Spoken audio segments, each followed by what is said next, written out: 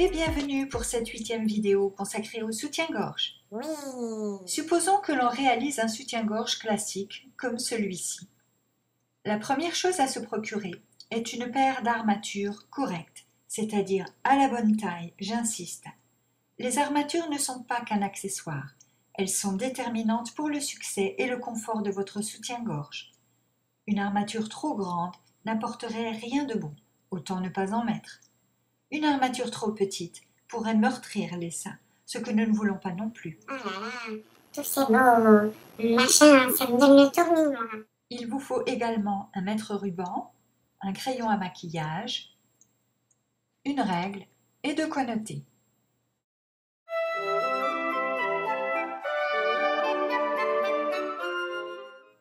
Les mesures que nous utiliserons seront les suivantes. Le travers du sein, enfin les deux. Le creux entre les seins. La hauteur sous le sein. Le tour des saillants. Et le tour sous poitrine.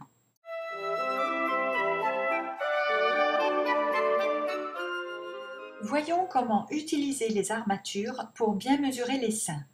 Tu m'aides, Zouzou? Commencez par positionner une armature. À l'aide du crayon à maquillage, tracez un repère sur la peau, juste à l'extérieur de l'armature, sous le bras et entre les seins. Faites de même pour l'autre sein. À présent que les repères existent, prenez les mesures. Commencez par mesurer le travers de vos seins. Oui, les deux. Il y a souvent des différences. La même chose vue de dessus. Mesurez ensuite le creux entre les deux seins. Ça va, Zouzou? C'est l'agonie, hein. Pour mesurer la hauteur sous le sein, positionnez votre règle juste à la naissance du sein et pivotez-la vers le haut en plaquant la règle contre le sein. Ôtez 1 cm à la mesure relevée. Mesurez ensuite le tour de poitrine ou le tour des saillants et ensuite le tour sous poitrine, c'est-à-dire de la cage thoracique. Faisons un bref rappel. En beige, nous avons les bonnets, en fuchsia, la plaque centrale, en bleu, les bandes, en vert, les bretelles et en rouge, la graffe.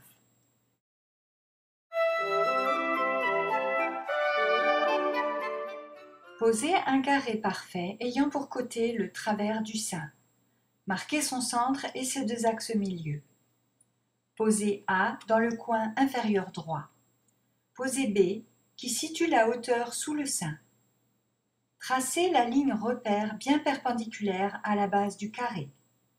Tracez une autre ligne repère à 3 cm sous le carré. Posez C qui est le centre du sein.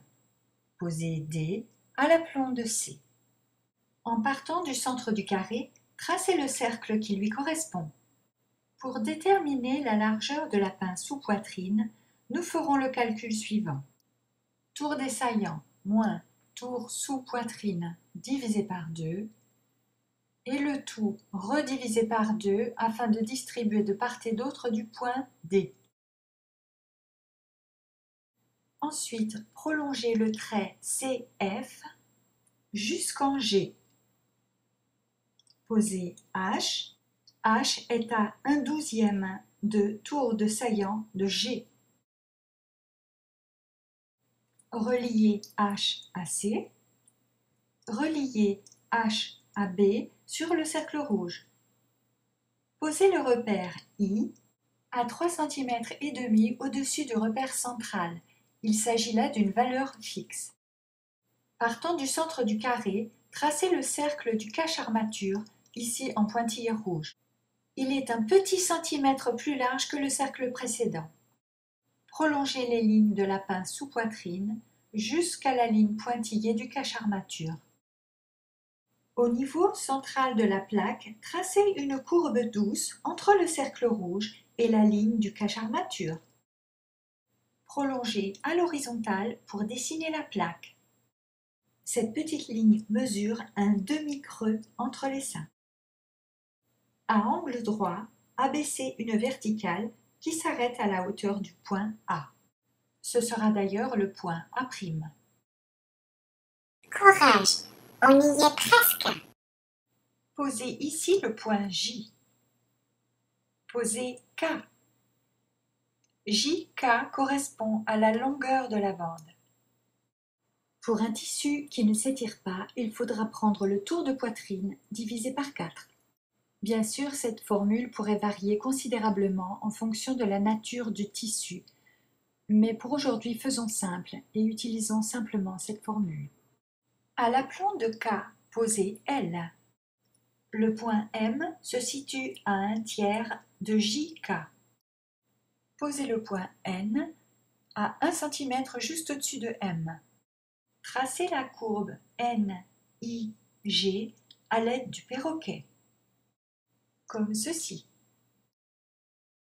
Posez le point O à 1/4 de KL. Reliez NO par une courbe douce, comme ceci. Ensuite, vous allez tracer OP, correspondant à la largeur de l'agrafe et bien perpendiculaire au point O, comme ceci. Ensuite, toujours avec le perroquet, nous traçons l'arrondi sous bretelle. Nous prolongeons la ligne CE et nous posons le point E'. Nous prolongeons ensuite la ligne CF et posons le point F'. Il est temps à présent de peaufiner l'arrondi sous la plaque, comme ceci. Et voilà! Oh là là, mais qu'est-ce qu'on est doué!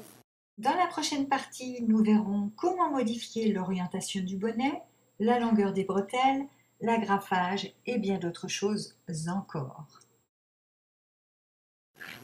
Oh, moi. Et n'oubliez pas de vous abonner, hein.